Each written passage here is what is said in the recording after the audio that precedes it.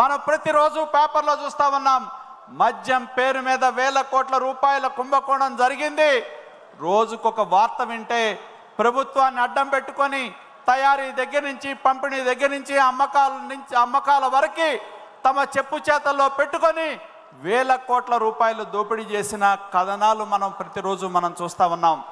ఎంత ఆశ్చర్యం జరుగుతూ ఉందంటే ఈ దోపిడీ సమ్మతో సామాన్యుడు మరి ఒక గ్రాము బంగారం కొనాలంటే ఎంత ఖరీదో మనందరికీ తెలుసు. ఈ దోపిడీ సొమ్ము ద్వారా కేజీలు బంగారం కొన్నారనేది వార్తలుంటే ప్రజా సంపద ఏ విధంగా దోపిడీ గురి అయిందో మనం ప్రజలుగా ఆలోచించాల్సిన అవసరం ఉందని చెప్పి కూడా నేను తెలియజేస్తా ఉన్నా. ప్రజలు ప్రాణాలు పోయినా పర్లేదు, ఆరోగ్యాలు పోయినా పర్లేదు, మాకు దోచుకున్న సొమ్మే ముఖ్యమని చెప్పి మద్యం పేరు మీద వేల కోట్ల రూపాయల దోపిడీ ఈ రాష్ట్రంలో జరగటం మనం చూడటం జరిగిందని చెప్పి నేను తెలియజేస్తా ఉన్నా. అలాగే ఇవాళ ప్రభుత్వాన్ని అడ్డం పెట్టుకొని ప్రభుత్వంలో ఉన్నవాళ్ళు ప్రకృతి సంపద సహజ వనరులను దోపిడీ చేయటం జరిగింది. మనం చూస్తూ ఉన్నాం.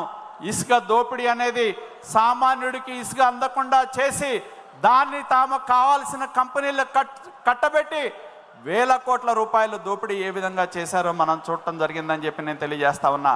దానివల్ల ఆంధ్రప్రదేశ్ రాష్ట్రంలో నిర్మాణ రంగం కుదేలైంది.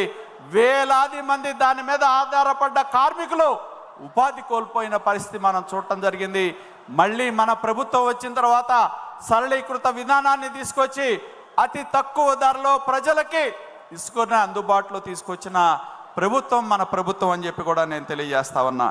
అదేవిధంగా కాదేది అవినీతి కనర్హం అన్నట్టు గత ప్రభుత్వం పేదల ఇళ్ల పట్టాల్లో దోపిడీ చేసింది, మెరకల్లో దోపిడీ చేసింది.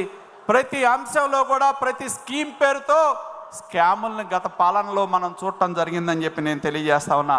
రైతుల రుణాల పేరుతో దోపిడీ చేశారు. అలాగే అమరావతి రాష్ట్ర రాజధాని అని చెప్పి రైతులు నమ్మి వేల ఎకరాలు ఇస్తే 3 రాజధానులు అని చెప్పి వేల కోట్ల రూపాయలు అక్కడ పెట్టిన నిర్మాణాలని నిరర్ధక ఆస్తులుగా గతంలో మార్చడం జరిగింది. అలాగే ఏదైతే పోలవరం మనం చూసామో పోలవరంలో కాంట్రాక్టర్ని మార్చడం మూలాన 1 సంవత్సరం ప్రాజెక్ట్ ఆగటం మూలాన వేల కోట్ల రూపాయల ఆర్థిక భారం ఇవాళ రాష్ట్రం మీద పడింది. ఆనాటి పాలకులకి రాష్ట్ర ప్రయోజనాల కంటే స్వప్రయోజనాలే ముఖ్యం, దోపిడీ అనే ముఖ్యం అని చెప్పి పాలన కొనసాగించడం జరిగిందని చెప్పి నేను తెలియజేస్తా ఉన్నా. ప్రభుత్వ వ్యవస్థలు అనేవి సొంత అవసరాల కోసం వాడుకున్నారు. రాజకీయ కక్ష సాధింపుల కోసం అధికారులు వాడుకున్న విషయాన్ని గుర్తుంచుకోవాల్సిన అవసరం ఉంది. ప్రజాస్వామ్య వ్యవస్థల్ని స్ఫూర్తిని సర్వనాశనం చేయటం జరిగిందని చెప్పి నేను తెలియజేస్తా ఉన్నా. ప్రతిపక్ష పార్టీలుగా మనం ప్రజల మీదో ప్రజా సమస్యల మీద మనం పోరాటం చేస్తే ఏ విధంగా మనం అడుగు బయటకు వేస్తే కేసులు పెట్టారో మనందరం కూడా తెలిసిన సంగతే. ఆనాడు మనం ఒక్కసారి గుర్తుంచుకోవాల్సిన అవసరం ఉంది. రాష్ట్రంలో ప్రజల సమస్యల మీద పోరాటానికి మన నాయకుడు అడుగు బయటకు వేయటానికి వెళ్తే చివరికి మన నాయకుడు ఇంటికే ఆ రోజున్న పోలీస్ వ్యవస్థ ద్వారా తాళ్లు కట్టిన విషయాన్ని ఇప్పటికీ మన కళ్ళ ముందు మెదులుతా ఉందని చెప్పి నేను తెలియజేస్తా ఉన్నా. అధికారం ఉందనే అహంకారంతో ఆనాడు మంత్రులుగా ఉన్న వ్యక్తులు జోగి రమేష్ లాంటి వాళ్ళు